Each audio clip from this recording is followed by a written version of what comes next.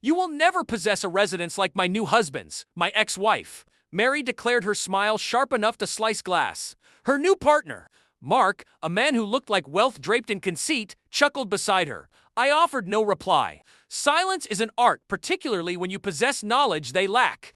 Days later, when they arrived at the grand estate he had been so eager to acquire, I stood at the summit of the marble staircase, my hands in my pockets, observing their expressions curdle. "Welcome to my home," I announced. The look on her face was worth every sleepless night. We met 11 years ago. Back then, I was the idealist, the man who believed devotion was love's foundation. She was vibrant, untamed, captivating, dangerous. We constructed a life together, or at least I thought we did. She told me I stabilized her. I believed that meant she would stay. When she requested a divorce, she said, "You are too easily anticipated too." Stable. That word adhered to my core, like poison. Stable, the insult of consistency. It was not until many months later I discovered who she had been seeing. Mark Hayes, a property developer. The type of man who measured his value in asset, dimensions, and applause. He had been our dinner guest once. I recalled the handshake firm, confident, the gaze in his eyes that lingered a moment. Too long when she laughed. I should have realized then, but I did not rage, I observed. The initial clue arrived quietly, a payment on a credit card I had not authorized. Then the late-night call she took in the kitchen, her voice soft, guarded. I would enter, and she would end the call, pretending to browse her phone. One evening, I examined her device. One message was sufficient. "He doesn't know yet. I will be free shortly." Free. That term was another blade. I did not confront her. Confrontation grants them power. I let her assume she was succeeding. I even assisted her in packing. When she departed, folded her garments, loaded her vehicle. She kissed my cheek, perhaps out of guilt, maybe routine, and said, "You will find someone better." Eventually, I smiled. "I already have." She did not comprehend my meaning. After she left, I learned everything about Mark Hayes' debts, his financial backers, his reputation, which was polished but hollow, a man desperate to maintain relevance. He had been attempting to purchase a piece of land prime near the city to construct his defining project, but the transaction kept failing because the owner demanded the full amount up front.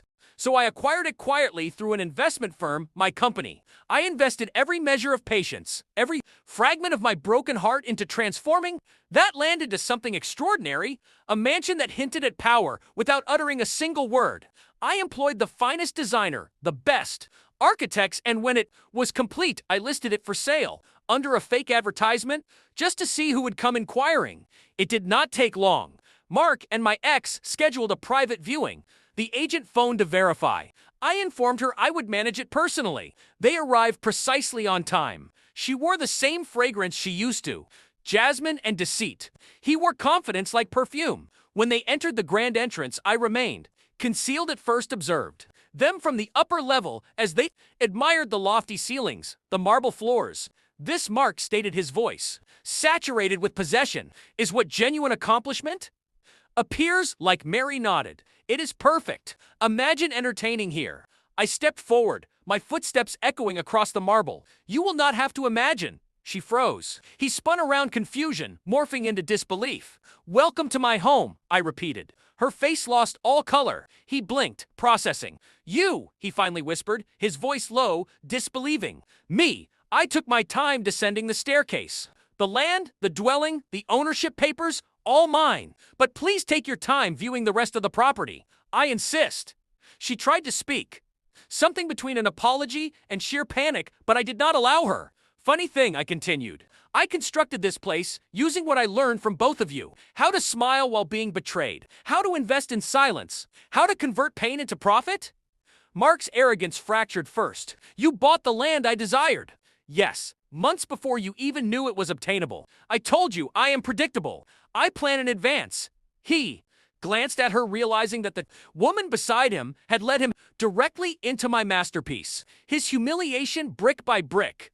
They left soon after, silent, defeated. She could not meet my gaze. That evening, I stood on the same staircase. The house quiet once more. Revenge is not loud. It does not need to be. It is the sound of a door closing behind someone who thought you would never walk away. She once said, "I would never own a residence like her new husband's." She was correct. Mine was superior, and it had her ghost built into its foundations.